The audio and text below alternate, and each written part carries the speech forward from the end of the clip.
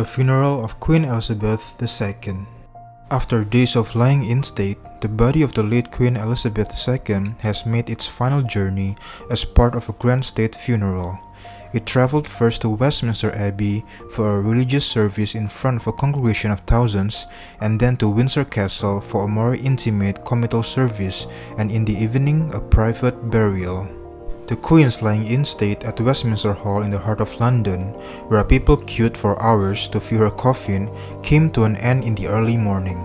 A short distance away at Westminster Abbey, the doors then opened for guests to start arriving ahead of the funeral service at 11 a.m. Heads of state from across the world flew in to join members of the royal family to remember the Queen's life and service. Senior UK politicians and former prime ministers were also there.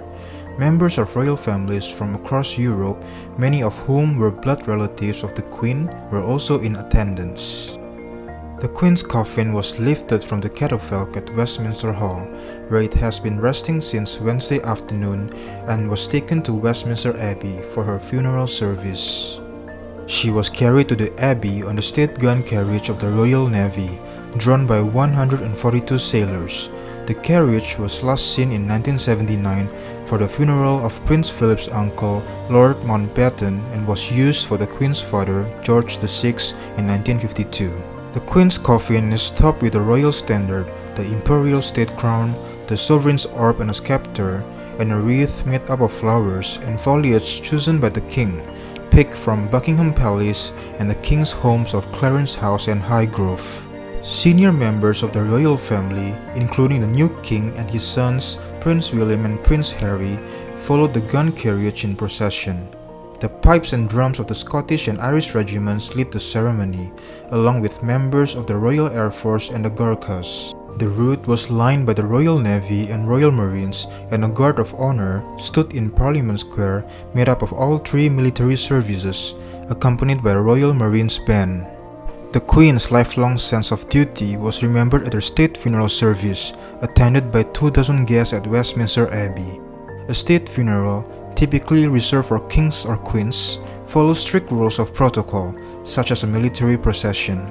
The Abbey, hosting the funeral service, is the historic church where Britain's kings and queens are crowned, including the Queen's own coronation in 1953.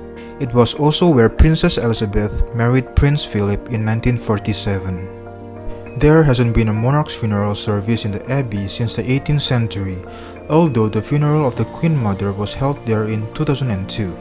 The service was conducted by the Dean of Westminster, David Hoyle, with the Archbishop of Canterbury, Justin Welby, giving the sermon. The Dean began the service by speaking of the Queen's unswerving commitment to a high calling over so many years as Queen and head of the Commonwealth.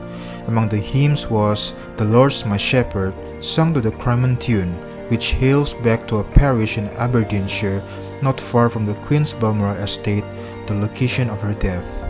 The hymn was also sung at the Queen's wedding to the Duke of Edinburgh.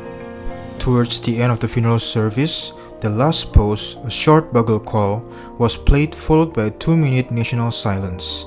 The national anthem and a lament played by the Queen's piper brought the service to an end just after midday. The Queen's coffin was then drawn in a walking procession from Westminster Abbey to Wellington Arch at London's Hyde Park Corner. With the route lined with military personnel and police, Big Band tolled at 1-minute intervals as the procession moved slowly through the streets of the capital. Gun salutes were fired every minute from Hyde Park. Crowds of mourners lined the route to catch a glimpse of the coffin and military parade, which stretched for more than a mile and involved hundreds of members of the armed forces. The procession was led by the Royal Canadian Mounted Police and was made up of 7 groups, each with its own band. Members of the armed services from the UK and the Commonwealth, the police and the NHS were involved. Once again, the King and members of the royal family walked behind the gun carriage bearing the Queen's coffin. Camilla, the Queen Consort, the Princess of Wales, the Countess of Wessex, and the Duchess of Sussex joined the procession in cars. Once at Wellington Arch, the coffin was then transferred to the new state hearse for its final journey to Windsor Castle. Crowds threw flowers towards the vehicle as it passed by. Windsor Castle, continuously inhabited by 40 monarchs across almost 1,000 years, had special significance to the Queen throughout her life. As a teenager, she was sent to the castle during the war years as London faced the threat of bombing, and more recently, she made it her permanent home during the coronavirus pandemic. The hearse arrived in Windsor just after 3 p.m. and continued in walking procession up Windsor Castle's Long Walk. Crowds and members of the armed forces lined the 3-mile avenue. The king and senior members of the royal family joined the cortege in the quadrangle in Windsor Castle. The castle's Sebastopol and curfew tower bells tolled every minute and gun salutes were fired from the castle's grounds. Just after 4 p.m., the coffin entered St. George's Chapel for a committal service. St. George's Chapel is the church regularly chosen by the royal family for weddings, christenings, and funerals. It is where the Duke and Duchess of Sussex, Prince Harry and Meghan, were married in 2018 and where the Queen's late husband, Prince Philip's funeral was held. Attended by a smaller, more personal congregation of about 800 guests, the committal service was conducted by Dean of Windsor, David Connor, with a blessing from Archbishop of Canterbury, Justin Welby. The service, whose congregation was largely made up of current and former staff from the Queen's household and private estates, included traditions symbolizing the end of her reign. The imperial state crown and the sovereign's orphan scepter were removed from the top of the coffin by the crown jeweler, separating the queen from her crown for the final time. At the end of the last hymn, the king then placed the Queen's Company camp color or flag of the Grenadier Guards on the coffin. The Grenadier Guards are the most senior of the foot guards, carrying out ceremonial duties for the monarch.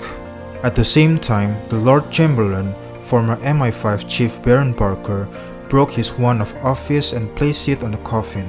The snapping of the white staff signals the end of his service to the sovereign as her most senior official in the royal household. The Queen was then lowered into the royal vault and the sovereign's piper played before blessing and the singing of God Save the King. The performance by the piper at Windsor was something the Queen had personally requested. In the evening, at a private family service, the Queen was being buried together with her late husband, the Duke of Edinburgh, at the King George VI Memorial Chapel, located inside St. George's Chapel.